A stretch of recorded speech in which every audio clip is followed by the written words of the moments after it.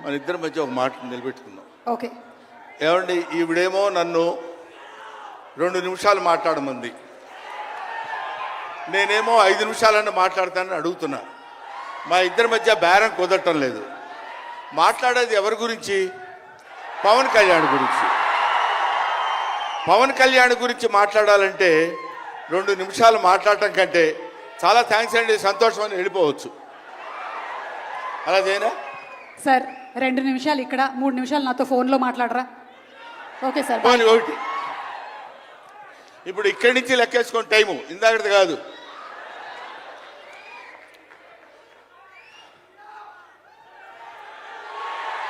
ఇక్కడ వాళ్ళు అలాగే అంటారు కానీ నేను 15 నిమిషాలు తీసుకుంటా టైం. నా సంగతి నాకు తెలుసు.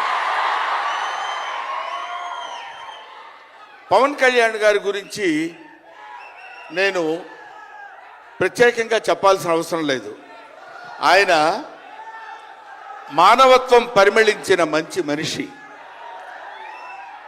ఎంత గొప్పవాడంటే చాలా గొప్పవాడు అని చెప్పడానికి మాత్రమే మనకు చేతనవుతుంది.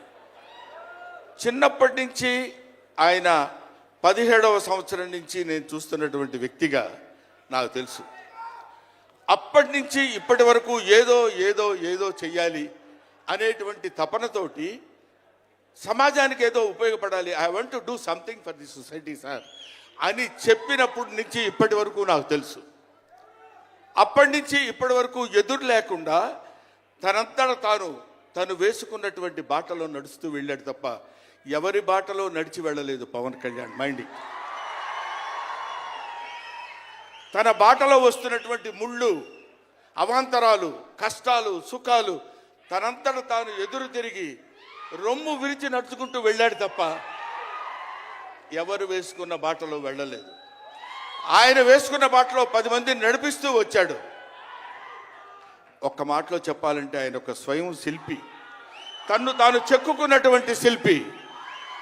హీస్ ఎఫర్ట్ పెట్టి కష్టపడి పైకి వచ్చిన వ్యక్తి కాదు, హీస్ డెస్టినేషన్. నాకు తెలిసి ఆయన జీవితం ఒక అద్భుతమైనటువంటి సౌందర్యవంతంగా కళాకృతిగా తీర్చిదిద్దినటువంటి వ్యక్తి.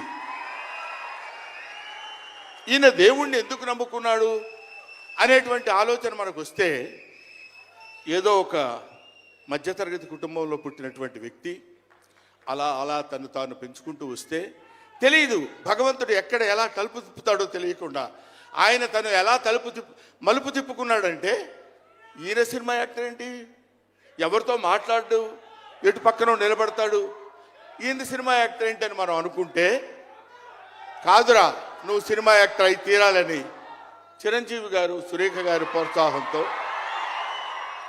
అక్కడ అమ్మాయి ఇక్కడ అబ్బాయి అనే సినిమాలో యాక్ట్ చేశాడు. పోనీ యాక్ట్ చేశాడు, అలా అయిపోయింది. అయిపోయిన తర్వాత అంతటితో ఆగాడా? మళ్ళీ ఎందుకు తిరిగాడో ఈ పొలిటికల్ లైన్లో తిరిగాడు. ఇది ఆయన చేసుకుంది కాదు, ఇది ఒక డెస్టినీ ఆయన నడిపిస్తుంది. అలా తిరిగి తిరిగి తిరిగి లేచిన కెరటం గొప్పది కాదు, పడి లేచిన కెరటం గొప్పది. ఎంతమంది ఎన్నైనా అనుకోనివ్వండి, సముద్రం అంతా ఒకసారి ఎదురొచ్చి గుండెల మీద కొట్టినా సరే స్ట్రైట్గా నిలబడి చెప్పగలిగినటువంటి ఏకైక వ్యక్తి మా పవన్ కళ్యాణ్. ఆ రాయి అలా నిలబడి ఉంటుందంటే సముద్రం వచ్చి గుద్దుకొని వెనక్కి వెళ్ళిపోవాలి తప్ప అది కదలదు. అది ఆయన గొప్పతనం కాదు, దిస్ ఈజ్ ఆల్సో డెస్టినీ. ఆయన అలా రుచించబడ్డా అటువంటి వ్యక్తి ఇన్ని అవమానాలు, ఇన్ని భయంకరమైన సిచ్యువేషన్ అంతా తిరగబడి ఈయన మినిస్టరా, ఈయన డిప్యూటీ సీఎమ్మా, ఇది ఆయన గొప్పతనం కాదు. This is also destiny. ఇదంతా ఆయన నమ్ముకున్నటువంటి పరమేశ్వరుడు లిఖించినటువంటి ఒక అద్భుతమైనటువంటి సిచ్యువేషన్ అయింది. అందువల్ల పవన్ కళ్యాణ్ గారు బతుకు మీది, చావు మీది, బతుకంతా దేశానిది. అంతే, పుట్టుక మీది, చావు మీది, ఈ రెండే మీవి. అలాగా తన ఎందుకండి ఆయనకి మేము ఎన్నోసార్లు చెప్పాం, మమ్మల్ని మామూలుగా నేను పెద్దవాడిని కాబట్టి డైరెక్ట్గా తిట్టలేక చిన్న మందలింపించినది. ఎందుకంటే మనకి ఆ రాజకీయాలన్నీ ఎందుకండి?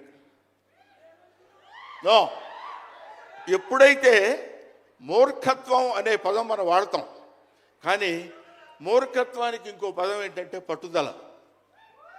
పట్టుదల ఉంటే ఏదైనా చేయగలం. నువ్వు నా దగ్గరికి రావద్దు సుమా, వెళ్ళు. పట్టుదల ఉంటే మనం ఏమైనా చేయగలం అని చెప్పడానికి మహానుభావులు ఎంతో మంది పట్టుదలతో పుట్టారు, పెరిగారు. ఒక లాల్ బహదూర్ శాస్త్రి పట్టుదల, ఎడం చేత్తో కుడి చేత్తో పుస్తకాలు పట్టుకొని ఎడని చేత్తో గంగానది ఈదుకుంటూ వెళ్ళి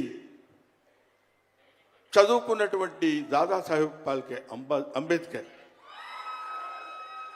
ఆయన పట్టుదల. ఎంతమంది చెప్పినా వినకుండా నేను I want to know the truth అని చెప్పినటువంటి రమణ మహర్షి పట్టుదల, రామకృష్ణ పరమహంస పట్టుదల. వీళ్ళందరూ పట్టుదలతో పుట్టారు, పట్టుదలతో పెరిగారు కాబట్టే ఇవాటి వరకు ఇలా నిలబడగలిగారు. ఇప్పుడు నేను చెప్పేది, రేపొద్దున ఆయన ఎంత గొప్పవాడు అవుతాడనేది మనం నిర్ణయించడం మన చేతుల్లో లేదు. ఇవాళకి ఈ స్టేజ్కి వస్తాడని మనం అనుకోలేదు. ఇక తర్వాత ఏ శిఖరాలను ఆయన అధిరోహించబోతున్నాడో అది ఆయన చేతుల్లో లేదు, మన చేతుల్లో లేదు. సకల సృష్టి స్థితి రేఖారుడైన భగవంతుడి చేతుల్లో ఉంది. కాబట్టి ఆ నిర్ణయించినటువంటి ఆ డెస్టినీని నమ్ముకొని వెళ్ళేటువంటి మనిషి కాబట్టి ఆ మహానుభావుడు ఇంకా ఇంకా ఇంకా ఎన్నో స్థితులకు వెళ్ళాలి, ఎన్నో స్థితులను అధిరోహించాలి అని మనం కోరుకుందాం. అధిరోహించి తీరుతాడు. అస్తు అస్తు అస్తు, శుభమస్తు. ఇది జరిగి తీరుతుంది. ఇది నిత్య సత్యం. చాలు. ఏవయ్యా, నువ్వు పొగట్టడానికి వచ్చావా ఇక్కడికి? పవన్ కళ్యాణ్ గురించి చెప్పడానికి వచ్చావా, లేకపోతే ఆయన గురించి గొప్పగా చెప్పడానికి, ఆయన్ని పొగట్టడానికి వచ్చావా అనుకోవచ్చు. మీకు ఒక చిన్న విషయం చెప్తున్నాను. ఆయన సంవత్సరం క్రితం చూశాను, 1 year బ్యాక్ చూశాను, మళ్ళీ ఇప్పుడు చూస్తున్నాను. మధ్యలో ఒకసారి ఏదో ఒంట్లో బాగోలేదంటే మాత్రం చూశాను. ఆయనతో ఫోన్లో మాట్లాడింది లేదు, ఆయన గురించి నాకు తెలిసింది లేదు. మా ఇద్దరి మధ్య ఉన్నది స్నేహం కాదు, ఆత్మీయత. ఆత్మీయత వేరు, స్నేహం వేరు. ఆత్మలు కలిసేటువంటి ఒక అద్భుతమైనటువంటి సంబంధం మా ఇద్దరి మధ్య ఉంది కాబట్టి మనం చెప్తున్నాం. సరే, ఇక నీ సోది ఇది ఆపబోయా. చెప్పు హరిహర వీరమల్లు గురించి.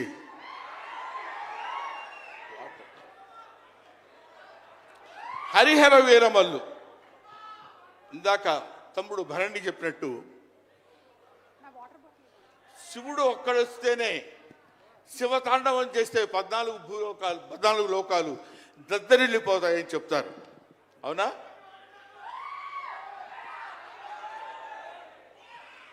శివుడు త్రిశూలం పట్టుకుని తాండవం చేస్తే గడగడ గడగడగడ భూలోకం అంతా ఉణికిపోతుంది. అటువంటి శివుడు వస్తున్నాడు. కృష్ణమూర్తి సుదర్శనాన్ని వదిలితే ఎంతోమంది శిశుపాలు నుండి సంహరించగలిగిన శక్తి ఉంది అతనికి.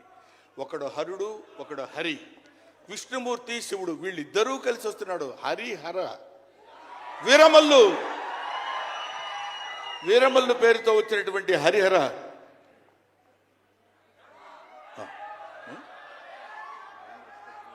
ఓకే, అందుకని హరిహర వీరమల్లు గురించి మధ్యలో చిన్న డిస్టర్బెన్స్ జరిగింది. సరే, ఏదేమైనా ఆ సినిమా గురించి ఇంక నేను చెప్పాల్సిన పని లేదు, మీరు చూస్తారు కాబట్టి నేను మాట్లాడదు. ఎందుకంటే పవన్ కళ్యాణ్ గారి గురించి ఆవిష్కరించి ఆయన గురించి 2 ముక్కలు చెప్పాలని. సరే, సినిమా గురించి అంటారా, ఇంకా ఆయన గురించి మనం ప్రత్యేకంగా చెప్పాల్సిన అవసరం లేదు. ఆయన అలా కొట్టుకుంటూ ఇంకా రచ్చ కింద ఉంటుంది. ఇప్పటికే పవన్ కళ్యాణ్ గారు, మరి ఆయన జాతకం ఏంటో నాకు తెలియదు, ఇలాంటి స్టైల్. అప్పుడప్పుడో ప్యాంటు మీద ప్యాంట్ వేసుకుంటే స్టైల్. ఆయన కారణజన్ముడు కాబట్టి ఇంకా నన్ను అనవసరంగా వెనకాల జుట్టు పట్టుకొని లాక్కి వెళ్ళిపోయేటట్టుంది సుమా, మా అమ్మాయి. కాబట్టి I wish you all the best. ఎప్పటికైనా మీ ఒళ్ళో తలపెట్టుకుని ఎక్కెక్కి ఏడవాలని ఉంది పవన్ కళ్యాణ్ గారు. Thank you very much. మిమ్మల్ని ఇద్దరిని చూస్తే మాకు స్వామి నదికి పోలేదా సీన్ గుర్తొస్తుంది. Thank you so much Brahmanandam గారు. మనకి టైం రెస్ట్రిక్షన్స్ ఉన్నాయి కాబట్టి ఆ టైంలో క్రమశిక్షణ పాలించాలి.